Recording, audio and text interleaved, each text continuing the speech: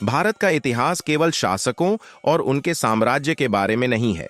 यह उन लाखों लोगों की कहानी है जिन्होंने अपनी आजादी, समानता और स्वाभिमान के लिए संघर्ष किया।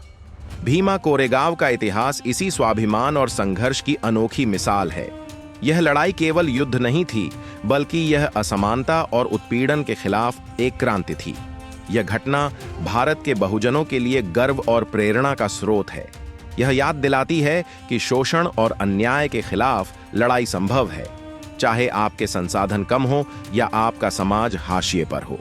मूल निवासियों को इस इतिहास को समझना इसलिए जरूरी है क्योंकि यह उनकी आत्मसम्मान और अपनी पहचान को पुनः स्थापित करने की कहानी है।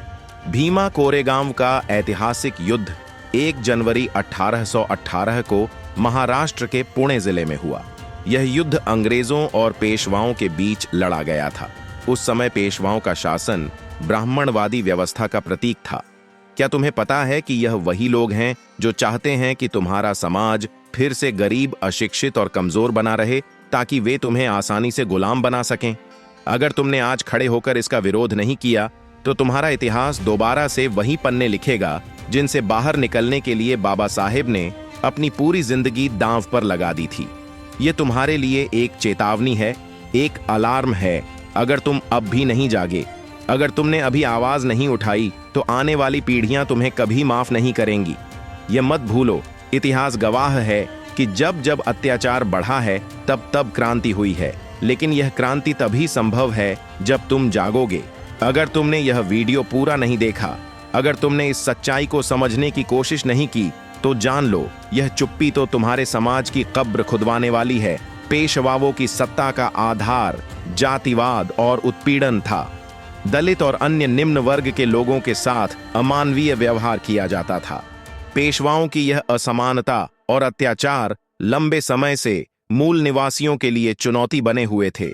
ब्रिटिश ईस्ट इंडिया कंपनी और मराठा साम्राज्य के पेशवाओं के बीच सत्ता का संघर्ष चल रहा था। पेशवा बाजीराव द्वितीय अपनी सत्ता खोने के डर से अंग्रेजों से संघर्ष कर रहे थे। उन्होंने पुणे के पास अपने बड़े सैन्य बल को एकत्र किया।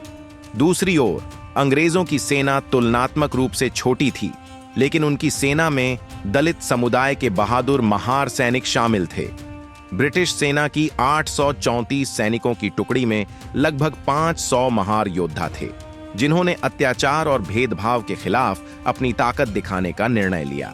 इस छोटी सी सेना ने पेशवा की लगभग 28,000 सैनिकों की विशाल सेना का मुकाबला किया। भीमा कोरेगांव का युद्ध भले ही एक छोटा सा युद्ध था, लेकिन इसका परिणाम ऐतिहासिक और प्रेरणादायक था। महार सैनिकों ने साहस और संगठन के बल पर पेशवा की विशाल सेना को हरा दिया। यह केवल एक सैन्य जीत नहीं थी, बल्कि यह उत्पीड़ित समाज के आत्मसम्मान और अस्तित्व की विजय थी। यह युद्ध उस सामाजिक व्यवस्था के खिलाफ एक प्रतीक बन गया जिसने निम्न जातियों को शोषण और अत्याचार की बेड़ियों में जकड़ रखा था।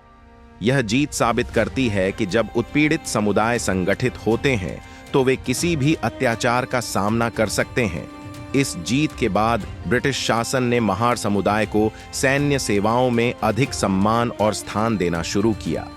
भीमा कोरेगांव की कहानी को स्कूलों में शामिल करने से सामाजिक न्याय और समावेशिता को बढ़ावा मिलेगा। यह छात्रों को बताती है कि सभी समुदायों का भारत के इतिहास में समान योगदान है और हर संघर्ष महत्वपूर्ण है। भीमा कोरेगांव से बहुजनों को क्या सीखना चाहिए? पहला, संगठन की ताकत। भीमा कोरेगांव का युद्ध सिखाता है कि जब उत्पीड़ित समुदाय संगठित होकर अपने हक के लिए लड़ते हैं तो वे किसी भी अन्याय को चुनौती दे सकते हैं। दूसरा, साहस और नेतृत्व। महार सैनिकों ने विपरीत परिस्थितियों में भी अपना साहस नहीं खोया। यह हमें सिखाता है कि अपने अधिकारों और सम्मान के लिए डटे रहना कितना जरूरी है। 3, भेदभाव के खिलाफ संघर्ष।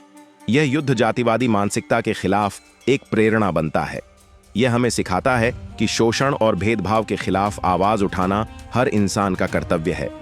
बाबा साहेब आम्बेडकर ने भीमा कोरेगांव की घटना को बहुजन समाज के संघर्ष और सफलता का प्रतीक माना। उन्होंने 1 जनवरी 1927 को भीमा कोरेगांव स्मारक पर जाकर इस लड़ाई के नायकों को श्रद्धांजलि दी और इसे प्रेरणा का केंद्र बनाया। बाबा साहेब ने जीवन भर समानता और सामाजिक न्याय के लिए लड़ाई लड़ी। हमें उनके विचारों पर चलते हुए सामाजिक भेदभाव को समाप्त करना चाहिए। बाबा साहेब ने शिक्षा को मुक्ति का सबसे बड़ा हथियार बताया। हमें भी शिक्षित होकर अपने अधिकारों के लिए खड़ा होना चाहिए। बाबा साहेब के विचारों के अनुसार संगठित समाज ही अपने हक की लड़ाई लड़ सकता है। भीमा कोरेगांव केवल एक युद्ध नहीं है, यह उत्पीड़ित समाज की जीत और स्वाभिमान की कहानी है।